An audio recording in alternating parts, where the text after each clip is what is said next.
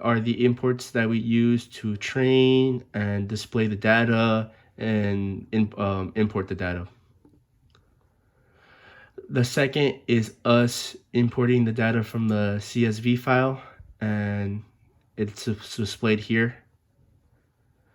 The third cell block is a scatter plot of the data that we just saw from the CSV file. We imported it as coins.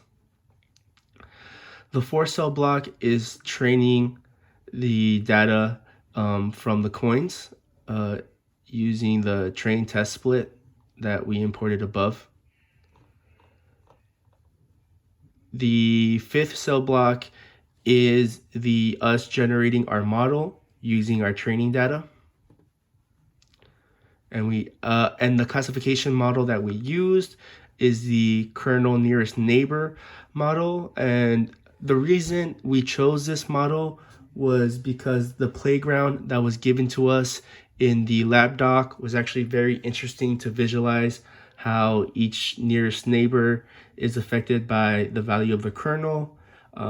That's also how we answered one of the questions. I believe it was question 9. The way we answer question 9 is just by looking at the playground and seeing which numbers gave the most white spots and which ones didn't. The good numbers were the odd numbers and the bad numbers were the even numbers. So just being able to visualize how the data is supposed to be split up kind of made us choose using the kernel nearest neighbors model for our classification. So after we generate our model, we have to validate it.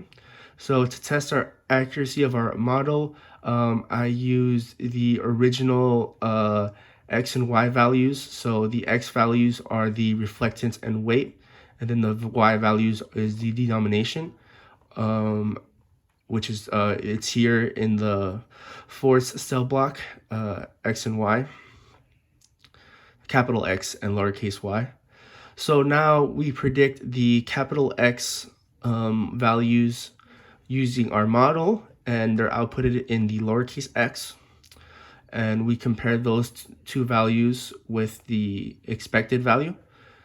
And as you can see, it's pretty accurate, pretty precise. We have no false positives, and we did have some false negatives.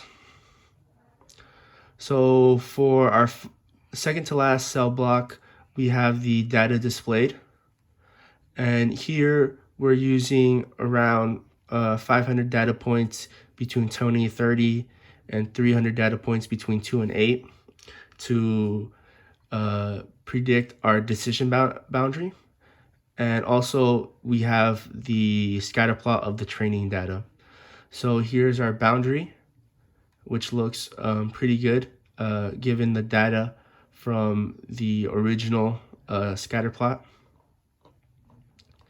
and the training data that was fed into the machine.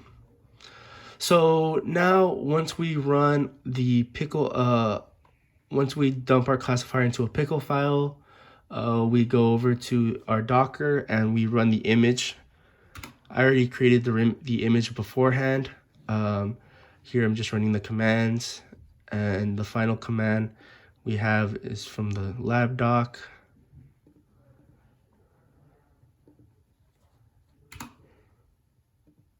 So I have to open it on my Firefox in order to see it.